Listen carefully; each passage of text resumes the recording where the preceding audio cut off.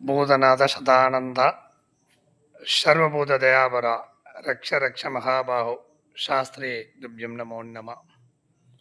சுவாமியே சரணமையப்பா. எல்லா பக்த ஜனங்களுக்கும் அடியனது சிறந்தார்ந்த பணிவான நமஸ்காரங்கள். நம்ம வாழ்க்கையில் ஒரு படக்கூடாத ஒரு கஷ்டம் அப்படின்னு நம்ம நினச்சோன்னா கடன் கடன் வாங்கிறது. நம்ம தேவைக்கு ஓடுறோம், தேவைக்கு ஓடுறது பத்தலை. அதனால் நம்ம என்ன பண்ணுறோம், அந்த தேவையை பூர்த்தி பண்ணுறதுக்காக கடன் வாங்குகிறோம். அதை வட்டி நம்ம எவ்வளோ கொடுக்கணும் அதெல்லாம் நம்ம அப்போ தெரியாது, கொடுத்துடலாம் அப்படிங்கிற எண்ணத்தில் தான் கடன் வாங்குகிறோம்.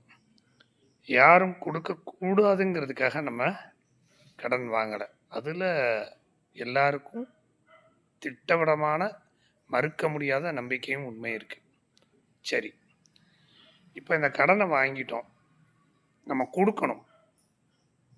கொடுக்கணும்னு நினச்சா அது எப்படி கொடுக்கணும், அதுக்கு என்ன பரிகாரம், அந்த பரிகாரத்தை நம்ம எப்படி பண்ணிக்கலாம், இதுக்கு என்ன பண்ணணும், இவ்வளோ செலவு எடுக்கணும், அதெல்லாம் எதுவுமே தேவையில்லை.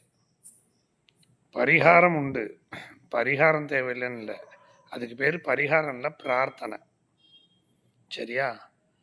கரெக்டாக நமக்கு வாரம் வர்றது செவ்வாய்க்கிழமை வரும். செவ்வாய்க்கிழமை சரியாக 12:20 அதாவது நண்பகல் மதியம் 12:20 12:30 இந்த 10 நிமிஷம்தான் டைம்.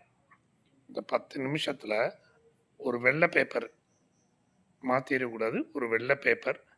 அந்த வெள்ளை பேப்பரில் சிவப்பு பேனா, சிவப்பில் உள்ள பேனா எடுத்து யாருக்கு நம்ம கடன் கொடுக்குறோமோ அந்த ஒரு வெள்ளை பேப்பரில் அவரோட பேர், அவர்கிட்ட நம்ம வாங்கின பணம் தொகை அதை எழுதி, நம்ம கையில் இருக்கிற ஒரு தொகையை அவருக்கு உண்மையிலே கொடுக்கணும்னு நினைக்கிற தொகையை அதில் வச்சு மடித்து சரியாக 12:30 இந்த இவருக்கு நம்ம பணம் கொடுக்கணுன்றத உங்கள் பூஜை அறையில் ஒரு விளக்கோட பாதத்தில் அப்படி வச்சுருங்க. நல்லா பேப்பரில் மடித்து அந்த பணத்தை எடுக்கவே கூடாது. இதை நீங்கள் கரெக்டாக அந்த துல்லியமாக அந்த நேரத்தில் பண்ணணும். இப்போ நான் இன்னொன்னையும் இதில் நீங்கள் கவனிக்க வேண்டியதை சொல்கிறேன். 12:20 12:30 சொன்னார். ஒருவேளை நம்ம சூரிய உதயம்னு ஒன்று இருக்கு இல்லையா, அது எல்லாருக்கும் காலையில் 6 மணிக்கு வராது.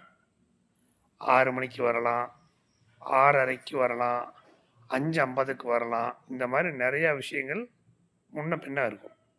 அப்போ இந்த சூரிய உதய